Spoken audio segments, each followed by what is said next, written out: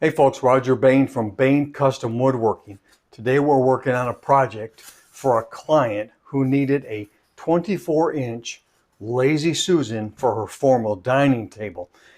And because it's so big, I decided to make it out of hardened maple, and it's just under 1.5 inches thick. So it's good and heavy, and I have purchased a Lazy Susan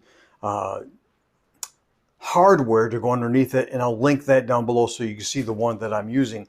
But today I want to discuss another tool that I've purchased. Normally when I've done my Lazy Susans, and I've done a few in the past, I've always cut them on my bandsaw because they weren't so thick, so heavy. But in order to get a 24-inch, I have to have a fairly large square piece of material to work with. So I decided to go buy the Milescraft Circle Guide Kit. Now this provides pretty much everything that I need in order to get my job done. And I played with it yesterday a little bit, so I've had some experience with it and worked out whatever bugs I needed for me to understand the tool. Works really well. So let me show you what it comes with the tool. So it comes with this universal base. So you take the base off of your router and it aligns up to the screw holes on your base. Now this happens to be my DeWalt palm sander. I'm using the plunge base with that. Worked very well yesterday, and I'm assuming it's going to work very, very well today with this. So you line it up, and it does work. At least get 2 screws into it, and the directions did tell me that if I couldn't get all 3 in because maybe the mount holes weren't quite perfectly, that I could enlarge them. I did not have to with this, and I'm ready to use this.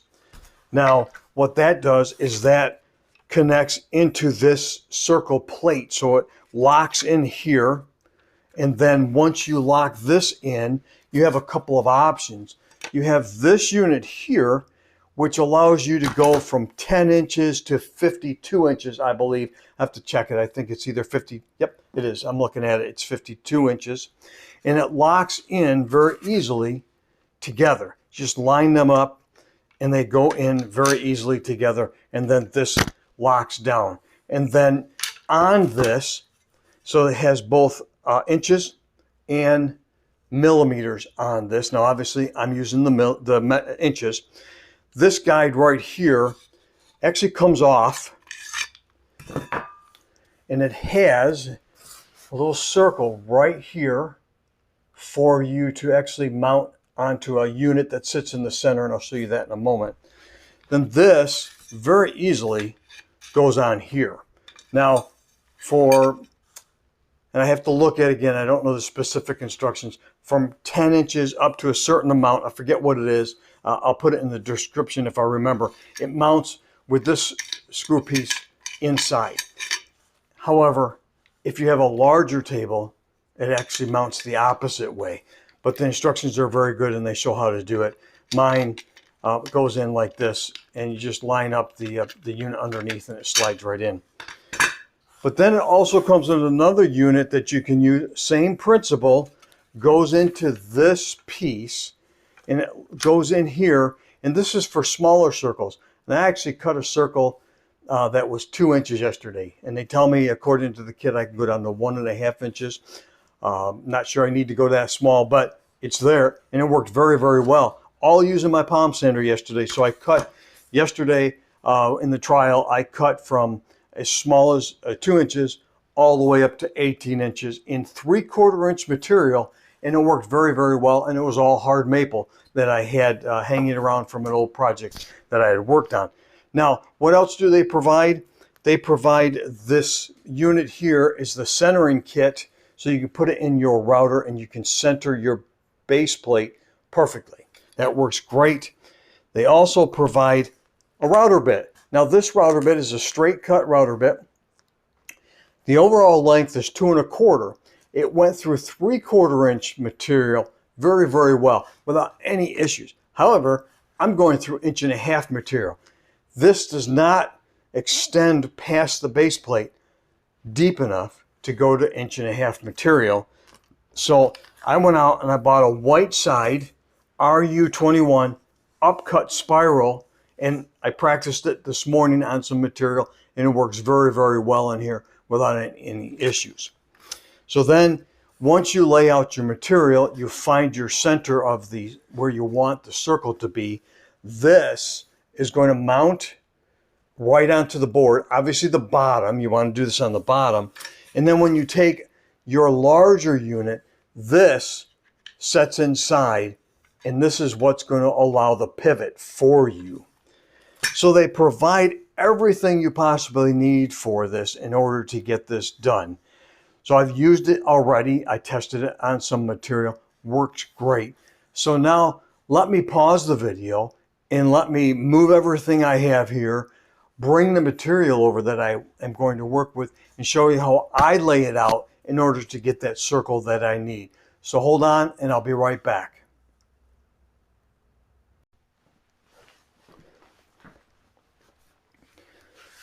Okay, so you can't see me anymore, but that's quite all right. You can see my hands. What I'm really concerned about is the workpiece here. So here's the base, and it's big. This is 26.5 by 30. I wanted to make sure I had enough room in order to create that 24-inch or approximately 24-inch Lazy Susan. Now, one of the things that my client wanted, and you see this beautiful brown here, she wanted it pretty blonde. So the other side is blonde. So we're going to use this as the bottom, and I need this piece right here. You can actually see on the other side. So I need to get rid of that little brown right there. So I found my center, or where I want my center. I'm using this massive compass or protector. I forget what they call these things. I remember my geometry teacher would be yelling at me, but that's all right. So I'm actually, so I can see what it's going to look like. I'm going to draw it out here. I just want to see what it's going to look like and make sure my measurements are correct. And I need to miss that spot right there. Now normally, I would keep that brown spot. I would keep all of this brown because I think that's beautiful. But my client really wanted it pretty blonde because of the layout of her dining room. So let's see how big we are. We are actually a little bigger than 24, so let's bring it back down because I want to be at 24. So let's measure this out. So I need to be at 12. See how close I am.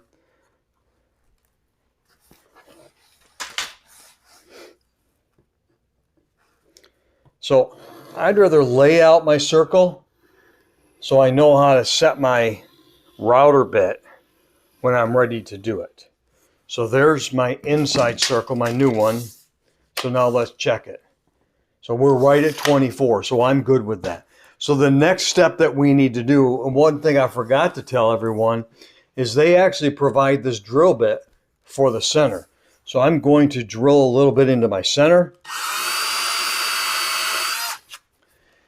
And then I want to take my centering piece right here,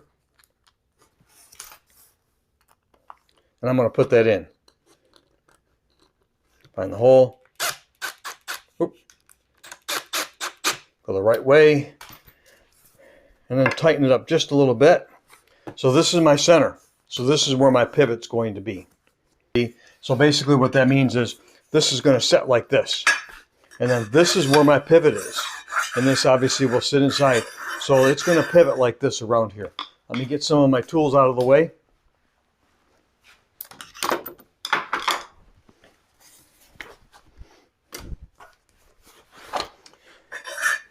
So the next thing I need to do is I need to put my plunge back in.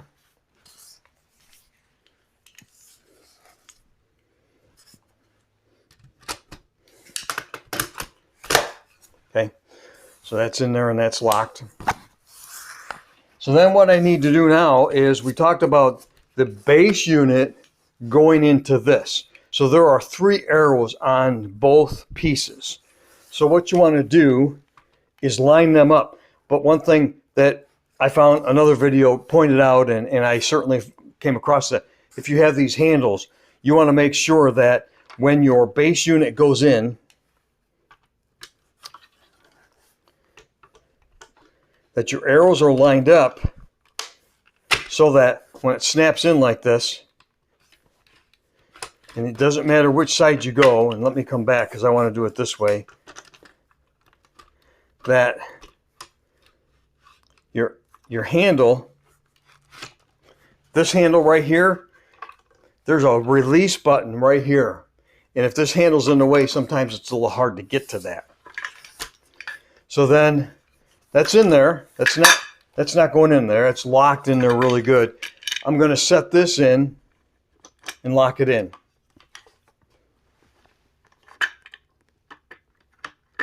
And you have to line up that bolt in there so that it sets in, and it just screws down really good and tight.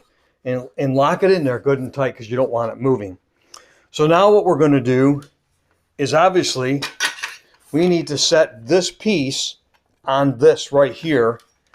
And probably, I find that to be one of the hardest things. Okay, so that's in there. So now what am I going to do? I could use my marking tool right here to go out to, my 24 inches. But I find it easier just to pull this guy out and make sure that my router bit, making sure it's unplugged, is cutting on the outside of my line. Now I'm going to lock that down. They're truly on this gauge here. There's an inside and an outside. And I'm looking at 24, and it's right where I want it to be. But honestly, I want to be safe. So now what am I going to do? I'm going to check it. I'm going to bring up my router just a little bit, and I'm going to check it. If I could get it off the wood. There we go. Just enough. And I'm going to watch it go all the way around. And as you can see, it's spinning, and how easy it is spinning here. That's how easy it is spinning when it's cutting. Okay? So there we go. So we're set and we're ready to go. One of the things that I watched a few videos, and one of the things that people did recommend, certainly makes sure everything's tight, is make sure while you're doing this, is you're actually holding in here a little bit, because this will come up a little bit. So just hold this down as you're spinning, so you're keeping it set. So we're ready to go. So here's what I'm going to do. I'm going to pause the video. I'm going to go put my PPE on. Let me phrase that. Personal protection equipment on, because it did not come out right. And then we'll be back, and we're going to cut this, and we're going to cut it, but we'll speed it up so that you don't go through the pain of me cutting the whole thing, and then we'll finish it up. So let's give this a shot. Keep our fingers crossed, because this is working material. So let's move on to this and get it cut for you.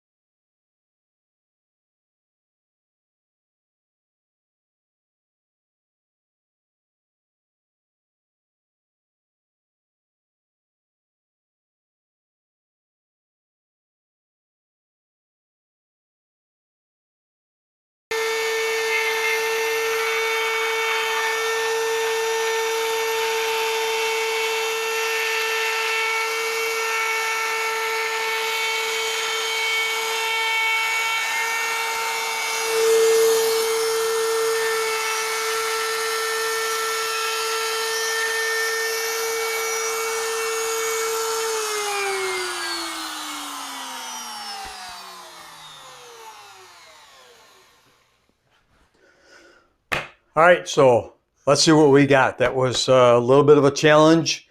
Let's see what we come up with. Let's unplug the router. so we don't have to fuss with that. Turn that baby all the way over. So unhook it, really easy. Turn this knob.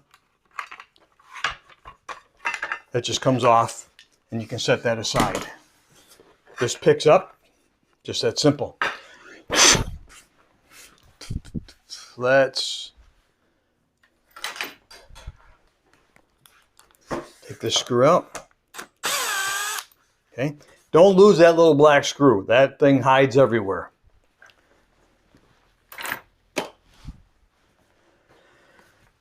Ready? Moment of truth.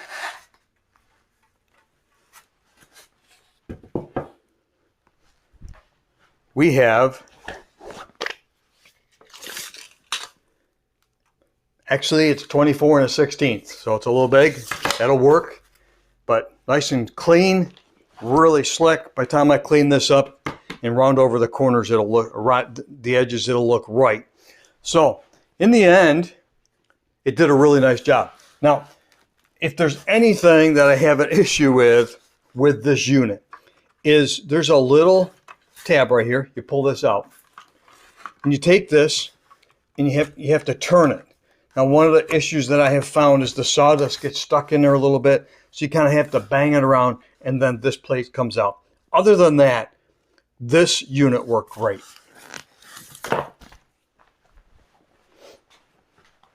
All right, so we're all set, we're all done. This tool works fabulously. I really like how well it works, and honestly, the quality of the workmanship in it. So we are using the Milescraft Circle Guide Kit. This is the 1219. I also used for my PPE, I used my IsoTunes headphones. They work really well. I also use the IsoTunes 2.0 free. I prefer those normally, but this worked great for this application. And I use the Parcel Safety half mask. I will link everything in here. I also use the DeWalt palm sander. I will link the router bit that I used as well. Now, if I did a unit this thick again, I would get the 3-inch router bit. I think that's a little safer, so you get a good bite on that bit. I have a discount code for the half mask, so I will put that below as well. Have any questions, any comments, please leave them below. I appreciate you listening. Please subscribe, like it if you so desire. Also follow us on Instagram and Facebook. We have our website, BainCustomWoodworking.com. I appreciate everyone's time and keep making sawdust.